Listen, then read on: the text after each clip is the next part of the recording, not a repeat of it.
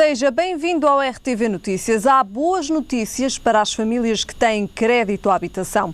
Pelo segundo mês consecutivo, a média mensal da Euribor a 3 meses, um dos principais indexantes utilizados no cálculo da prestação da casa e também do crédito às empresas, fixou-se num valor negativo, mas não deverá ficar por aqui, já que o mercado está a antecipar que as taxas interbancárias se mantenham em terreno negativo até pelo menos ao final deste ano.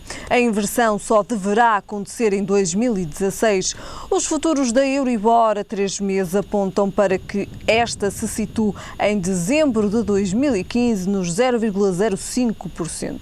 Isto quando a média mensal desta taxa há 3 meses se fixou em junho nos menos 0,014%, sendo esta a média utilizada para os contratos revistos durante este mês de julho. Segunda-feira tenho comigo Manuel António Ribeiro. Manuel António Ribeiro, muito boa tarde. Obrigado desde já pela sua presença. A Grécia chegou a acordo. Boa tarde, Helena. Boa tarde aos espectadores. Sim, de facto... já existe acordo, podemos dizer, acordo.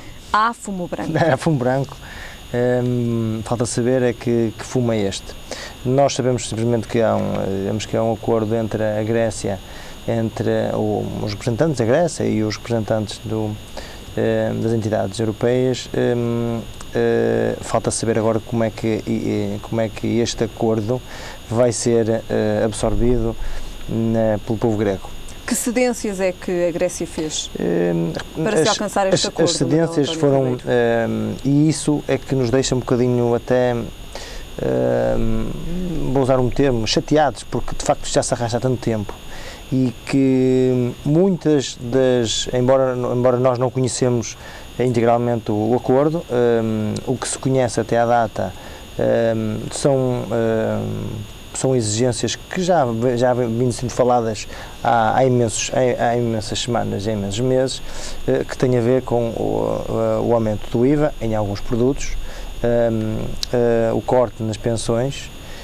Portanto, essas são as principais, os pilares, e que nós há muito tempo que se falava sobre essas, e até o próprio governo grego acabou em alguns momentos a dizer que estava disposto a fazê-las.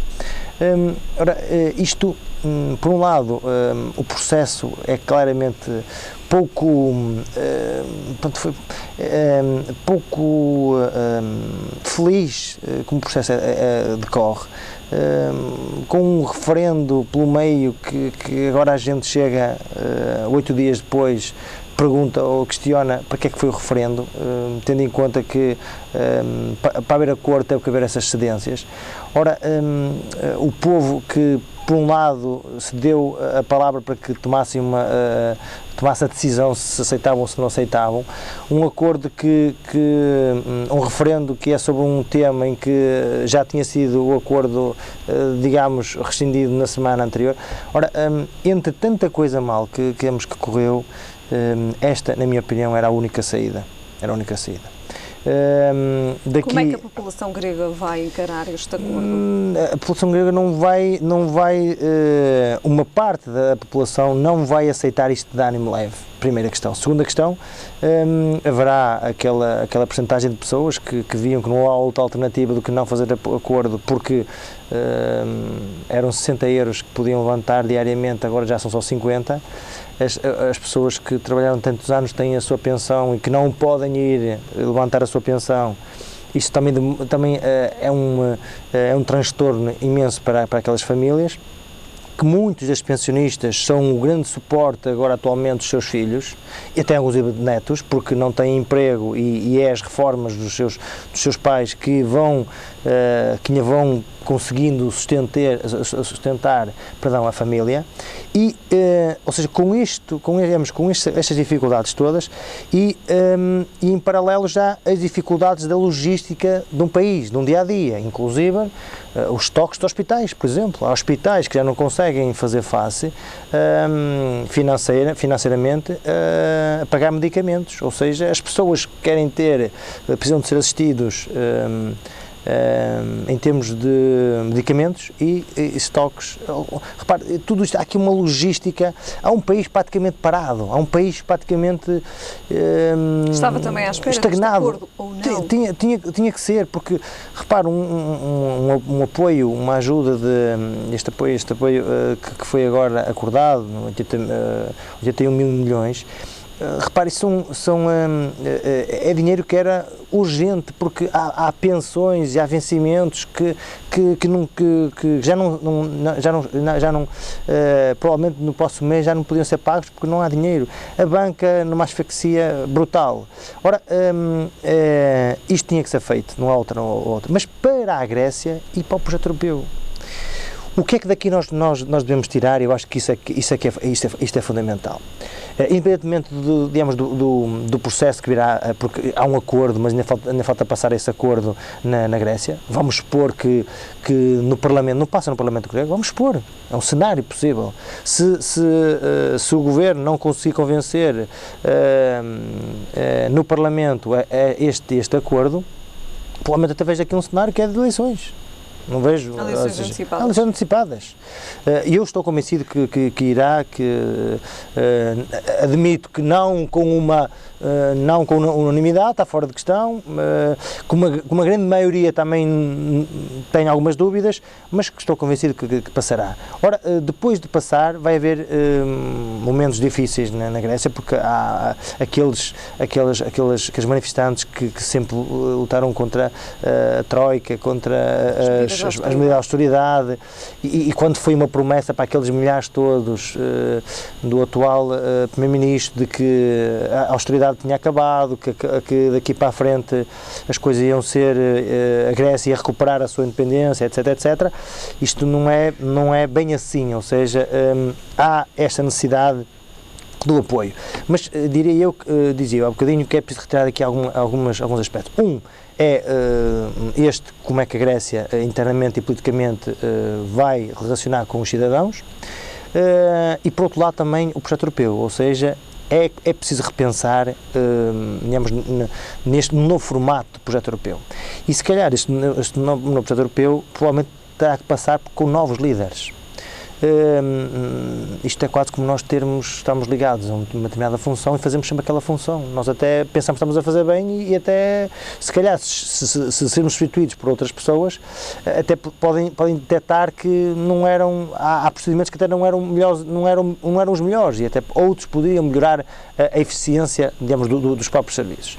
Ora, o que nós notamos no projeto europeu, principalmente pela líder alemã, a chanceler alemã, nós temos uma política, digamos, de domínio, ou seja, é a Alemanha, temos ali a França, ali, digamos, quase que, para não ser sozinha, para não ser a Alemanha a ser a porta-voz da mensagem, então vai a França para poder dizer que há ali uma divisão, que não é só a Alemanha, também a França, e tentar ali buscar ali algum apoio mais moderado. Só que nós sabemos claramente que a França atravessa umas dificuldades enormes, como atravessam outros países.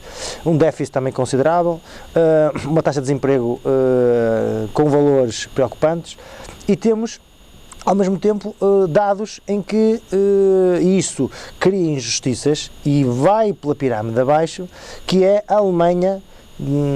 Quem impõe as regras, quem impõe esta austeridade é a Alemanha, e vimos nesta semana num relatório da OCDE dizer que a Alemanha não é dos países que mais trabalham, ou seja, países que têm mais horas de trabalho ou horas médias de trabalho, como Grécia, Portugal, Espanha, Itália e outros, que ganham muito menos que os trabalhadores alemães, e isso aí está a desigualdade. Ou seja, isto para dizer o quê? Para dizer que o projeto europeu tem de ser, e foi com esse objetivo, com esse princípio que ele foi criado, numa lógica de justiça, de igualdade, de oportunidades, e que essas igualdades de oportunidades não estão aqui a existir. E depois, quem tem recursos, depois quem tem poder, exige a quem tem dificuldades, ou seja, que não tem a possibilidade de chegar onde chegam esses países, até se calhar esse país, provavelmente até um ou dois países, e então o que é quase que há uma pressão,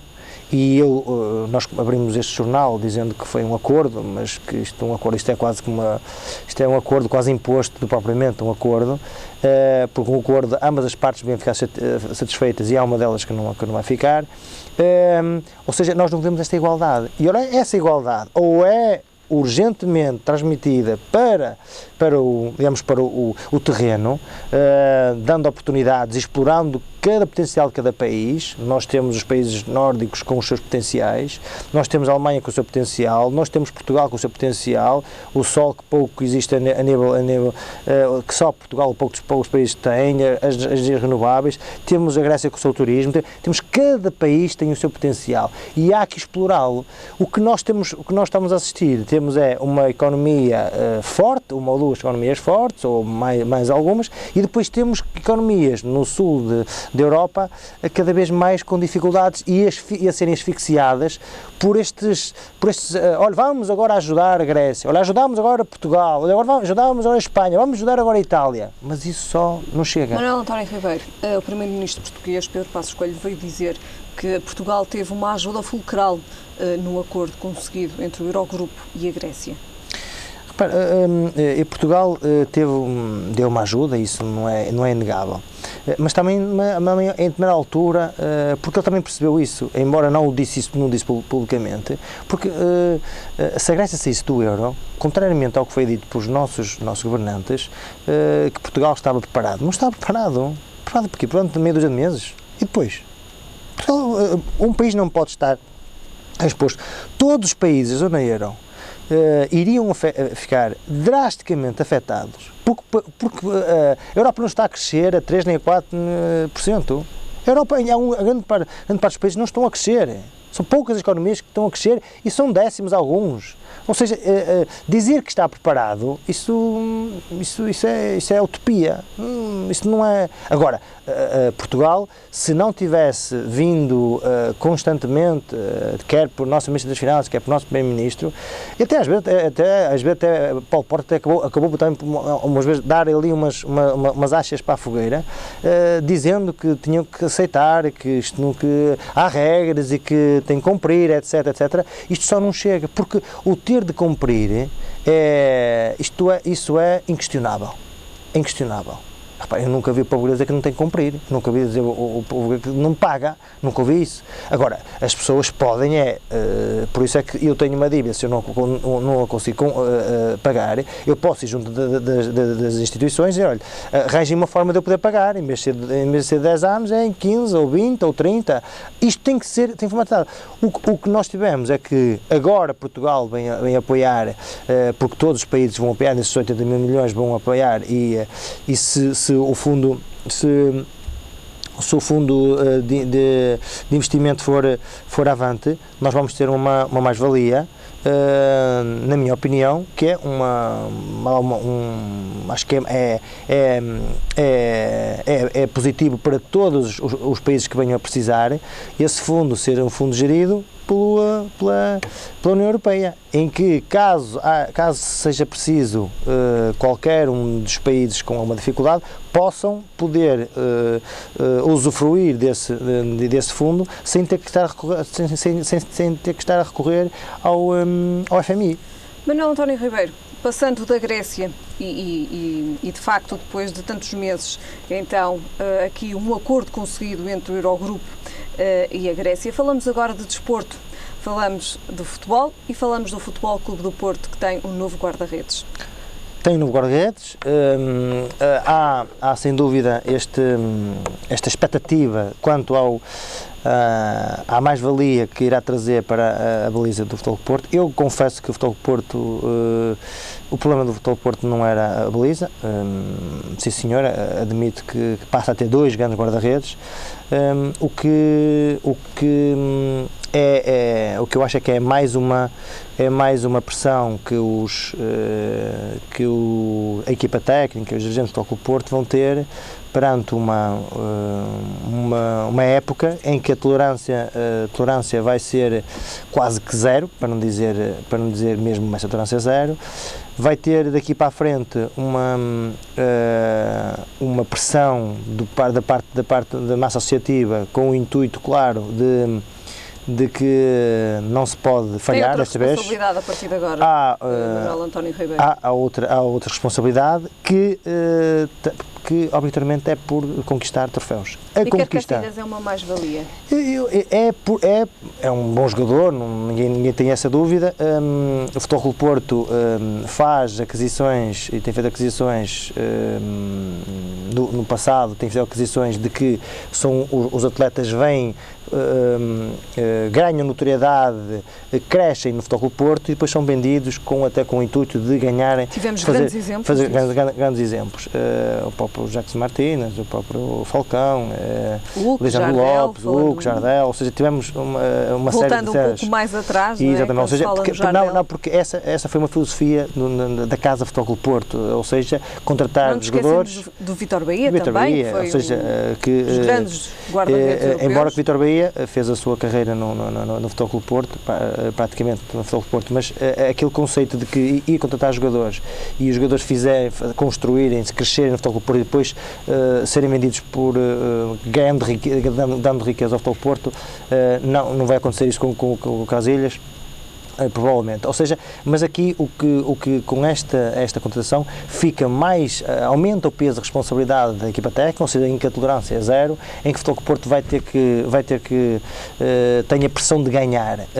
Os adeptos, como nós vimos no final da época, algumas iniciativas pelo fruto do desânimo não terem conquistado nada. O investimento que existiu foi um investimento considerável. Este ano há uma continuidade nesse investimento e sem sombra de dúvidas que o Futebol Porto, neste caso o Lopetegui, tem uma responsabilidade imensa, uma pressão imensa em que tem que ganhar forçosamente uma competição que passa forçosamente pelo Campeonato Nacional. Tem a favor dele mais esse fator, é que os principais rivais, Benfica e Futebol Clube Porto e Sporting, têm duas equipas técnicas novas. Há ali mudanças. O Benfica tem uma máquina já montada, mas é um novo treinador. O Sporting, há ali uma série de mudanças, uma equipa nova com o Jorge Jesus, e o Porto não. O Lopetegui não pode, digamos, hoje dizer que o problema é porque a equipa ainda é jovem, porque ainda é uma equipa consequente. Não, já não há essa tolerância. O Lopetegui tem forçosamente que ganhar, e o título não pode deixar passar, não pode passar este ano de não ser ganho pelo Futebol Clube Porto. Sou pena de haver muita contestação. Manuel António Ribeiro, então esta confirmação, agora que já é oficial que Iker Casilhas vem então para o Futebol Clube do Porto. Manuel António Ribeiro, falamos agora de uma obra na Madeira que vai ser, podemos dizer, destruída. É verdade. É verdade, uma notícia hoje no Jornal do Público, uma obra que custou 100 milhões no tempo de Jardim e que agora vai ser demolida. Eu não queria pegar em particularmente esta obra, é mau,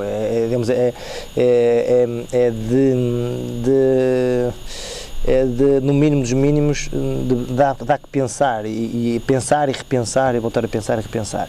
Mas eu com esta notícia quis trazer até porque acho que é o princípio que está aqui inerente, que é o facto de hoje os responsáveis políticos, para nós não chegarmos como chegou a Grécia e como nós estamos e como outros países, porque não é só também pelo projeto europeu, também há a gestão, aliás, alguém dizia, agora não me ocorre quem, alguém dizia que falo por causa de Portugal tem grandes trabalhadores, tem grandes profissionais, faltam haver grandes dirigentes, grandes administradores, grandes governantes. Isto porquê? Porque não chega um município, um Estado fazer grandes obras, ter um projeto fantástico, megalómano e poder implementar. Não chega. Os projetos hoje têm obrigatoriamente ter três exigências antes de serem implementados. O primeiro é apresentar o projeto da concessão, ou seja, eu vou conceder, por exemplo, este estúdio e apresentá-lo ao dono e dizer, bem, eu estou aqui a gostar de fazer um estúdio com este novo formato. Depois, fazer o projeto de execução, dizer a quem quer, ao dono, ao proprietário, a quem vai executar, dizer que, olha, para fazer este estúdio custa X. E a pessoa, o investidor, quer seja dinheiro público, quer não seja dinheiro público, eu tenho uma noção de vou gastar. Isto acontece no privado e tem que passar para o público, para o dinheiro público, obrigatoriamente, e o quanto antes. E depois tem a terceira fase, que essa terceira fase é raro acontecer, é raro aparecer, que é o projeto de conservação ou de manutenção, ou seja, todas as obras que são concessionadas, que são executadas, antes das mesmas serem executadas e de terem o aval de quem decide, têm de ter o projeto de manutenção e de conservação.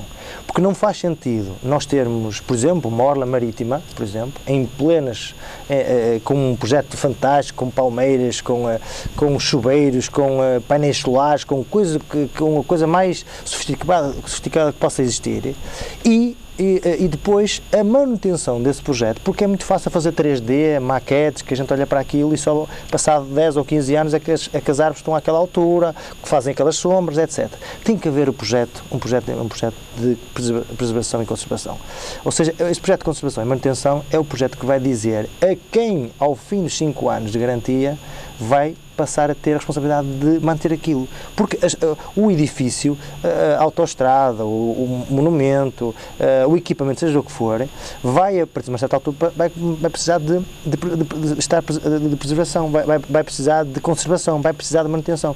E quanto é que custa isso ao erário público? Custa X. Então, logo no início, à cabeça, dizer assim, então, mas eu posso ou não fazer seguimento a essa obra. Exatamente, posso ou não fazer esse investimento, para evitar, como obras destas que acabamos de falar, uma obra de 100 milhões, ela ter Manuel António Ribeiro, estamos praticamente a terminar, pedia-lhe uma última nota só para concluir. Para concluir, acho que deve haver um projeto de concessão, um projeto de execução e um projeto de conservação e manutenção. Muito bem. Manuel António Ribeiro, voltamos a ver-nos na próxima semana. Até para a semana, obrigado.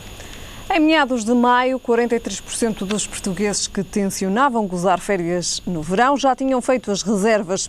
Entre hoteleiros e operadores turísticos, as perspectivas são otimistas e há mesmo quem registre crescimentos de 2 dígitos nas marcações em comparação com o ano passado. O Algarve continua a ser a região preferida, mas este ano o número de pessoas a querer visitar a região norte e os Açores aumentou. Lá fora, Cabo Verde e Caraíbas dominam as escolhas nos pacotes turísticos. Além de refletir maior confiança dos consumidores, a antecipação de reservas também é característica da sazonalidade e de destinos consolidados como o Algarve, onde ano após ano as taxas de ocupação atingem a percentagem mais elevada do país. Em julho, mais de 50% da capacidade já está ocupada e há reservas asseguradas até 10 de setembro.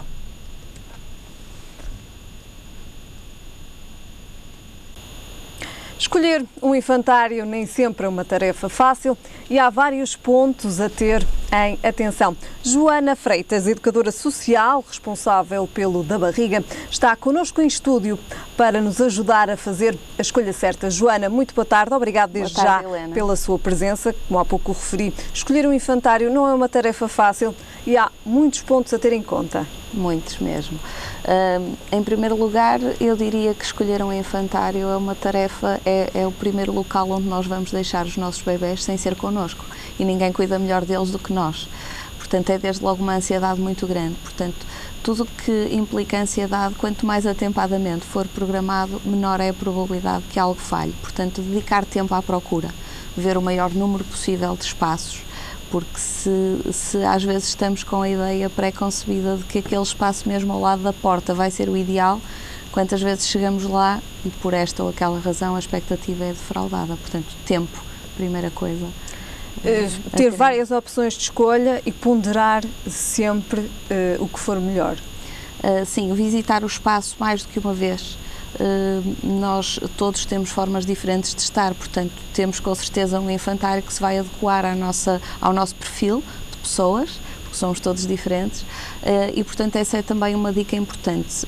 Eu vou uma primeira vez, fico bem impressionada, posso ir uma segunda vez na hora da refeição, na hora da sesta, horas diferentes que possam implicar outro tipo de observações e dar-me outras leituras daquele mesmo espaço. Por exemplo, em relação à hora da sesta, há locais que nos abrem a porta muito facilmente. Olha, é aqui que ficam os bebés. Será que é mesmo isso que nós pretendemos que aconteça? Porque se vão abrir a porta a nós, vão abrir mais tarde, não estou a dizer que é certo ou errado, estou a dizer que são coisas que devemos pensar. Como dão de comer às crianças, como interagem, observar todos os elementos que fazem parte da instituição, porque de facto a instituição não é só o educador ou o auxiliar que estão na sala com o nosso filho, são também as pessoas da limpeza, a pessoa da recepção, a diretora da escola, todas elas vão interagir de uma determinada forma. E, portanto, observar todos esses comportamentos também é fundamental. Joana, a idade com que colocamos uma criança no infantário é também aqui essencial quando escolhemos o infantário? Obviamente, se vamos pôr o nosso filho no infantário com 5 meses, com 6 meses, estaremos certamente à espera que cuidem bem. Que não tenha a fralda suja, porque vai assar mais facilmente, que lhe deem de comer a horas adequadas, que o ponham a fazer a cesta. Não estamos à espera que com 4 meses deem aulas de inglês ou estimulem com coisas deste âmbito. Portanto, escolher o sítio certo é também pensarmos o sítio certo agora. Essa é uma coisa que eu encontro muito no de barriga, a inquietude dos pais de pôr a criança num sítio onde fica até à faculdade. Será sempre, é a melhor opção, Joana? Eu acho que o importante é que esteja bem agora. Pode ser um sítio que esteja bem desde os 5 meses até à faculdade, mas isso é uma coisa que vamos ajuizando e vamos avaliando ao longo do percurso. Não deve ser um fator de exclusão um local que tenha só até aos 3. Se eu tenho um bebê com 5 meses e aquele sítio é maravilhoso, parece-me fantástico, gosto das pessoas, da higiene, do espaço, é confortável em termos de localização, mas só tem até aos 3 anos, não vou pôr. Não deve ser um fator de exclusão. Porque tudo isso, nós às vezes pensamos que vai ficar lá até à faculdade e pelo caminho achamos que seria melhor mudar e devemos fazê-lo se assim o entendermos. E quando se escolhe, quando se faz a escolha do infantário, depois, como é que é? As dúvidas dos pais, porque a Joana, como há pouco referiu, obviamente que os pais têm algumas, digamos assim, algumas ideias também já, digamos, pré-concebidas, e depois da escolha do infantário? A escolha está feita, fizeram tudo direitinho, viram vários, acharam que aquele era o melhor. Devem confiar no vosso instinto e deixar sem hesitações, porque nós passamos tudo isso aos nossos filhos. Assim que nós ficamos mais inquietos, isso reflete-se no comportamento deles. Portanto, devemos, obviamente, dar a gaveta por fechada. Está decidido, é ali. Claro que no dia em que vai deixar a criança no infantário deve ter alguns lenços de papel no tablier, porque vai certamente vir a lágrima. Mas transmitir-lhes segurança e auxiliá-los no processo de autonomia é a melhor coisa que um pai pode dar ao filho, é eles sentirem-se seguros mesmo quando os pais não estão. E relativamente à instituição, todas as questões que surgirem são para ser colocadas. Se eu tenho dúvidas, seja no que for, porque obviamente uma criança com 6 meses não chega a casa a dizer como é que correu o dia, como é óbvio, portanto sempre questionar, olha, acho isto, acho aquilo, porque é para isso que somos pais. Joana, que conselhos tenta sempre dar aos pais em todo este processo e em todas estas questões e dúvidas?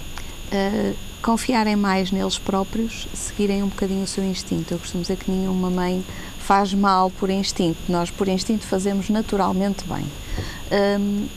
Tomar decisões e assumi-las, porque os nossos filhos percebem se nós estamos vacilantes ou não, e isso em termos pedagógicos, seja em que âmbito for, não é bom. Portanto, mostrar aos nossos filhos que somos capazes de tomar decisões, agir com o coração. A Joana é também responsável pelo da barriga. Sim. Todas as mães que estiverem lá em casa, que nos estiverem a ver, que tenham dúvidas, o que é que podem encontrar no da barriga? O de barriga é um colo. O de barriga é um espaço onde as famílias se dirigem ainda grávidos. Portanto, temos os cursos de preparação para o parto dirigidos ao casal. Nos cursos envolvemos também os avós. Ainda no domingo passado tive um grupo de 13 avós connosco a fazer um workshop. É muito interessante toda esta envolvência e, portanto, o de barriga é um colo que perdura, fica para lá do parto. Se me perguntar qual é a grande diferença do meu espaço, é exatamente essa. Na maior parte dos locais, quando o bebê nasce, parece que há um ponto final. E como mãe sabe que não é um ponto final o momento do parto, são as reticências. Não é? Há um depois. É o começo de todo um novo ciclo. A cada novo bebê, porque se tiver o segundo vai ser exatamente diferente. a mesma coisa. E também diferente a experiência, Sim, a própria experiência dos pais é diferente. Por isso depois. temos mais do que um. Exatamente. Joana, existe também neste espaço o pós-parto também, Sim. que fazem esse acompanhamento, para além de todas também estas preocupações todas em ajudar os pais a escolher um infantário e de facto essa ajuda. É o tal colo. Exatamente, há também uma ajuda pós-parto. Sim. Quer no apoio ao aleitamento materno, eu sou conselheira em aleitamento materno, é uma área onde intervenho e que também me dá muito prazer perceber as conquistas e os sucessos das mães, só com uma orientação. A ginástica pós-parto para a mãe acho que é espetacular. É um espaço de partilha, é um espaço onde só estão outras mães que também passaram uma noite menos boa, ao contrário do ginásio em que não pode levar o bebê, no de barriga pode levar o bebê consigo, ele está do lado lá da porta, portanto está consigo no fundo. Acaba por ser muito interessante mesmo em relação aos infantários, porque os bebés do pós-parto têm adaptações aos infantários bastante fáceis, porque já perceberam que não são só eles que choram, que há outro ao lado que também chora, tudo isso. Temos também a parte da loja e a loja online, que acho que é importantíssimo para chegarmos o mais possível a todo o país. Muito bem. Joana, para terminar, nos pode então dizer qual é o endereço da loja online? Sim. Para quem quiser e tiver curiosidade. www.debarriga.pt. Loja online, Facebook, é fácil acompanhar. Muito bem, Joana, muito obrigada. Muito obrigada. Obrigada, Helena. Ficamos agora com a previsão do estado do tempo para amanhã. Então esperado céu pouco nublado ou limpo, apresentando períodos de maior nubosidade no litoral das regiões do Norte e Centro até ao meio da manhã. Quanto a temperaturas, o Porto espera uma mínima de 17 graus e uma máxima de 26. Em Lisboa a mínima será de 18 graus e a máxima de 31 e em Faro a mínima será de 22 graus e a máxima de 31. É tudo por agora, já sabem, a informação regressa mais logo. Até lá, fique bem.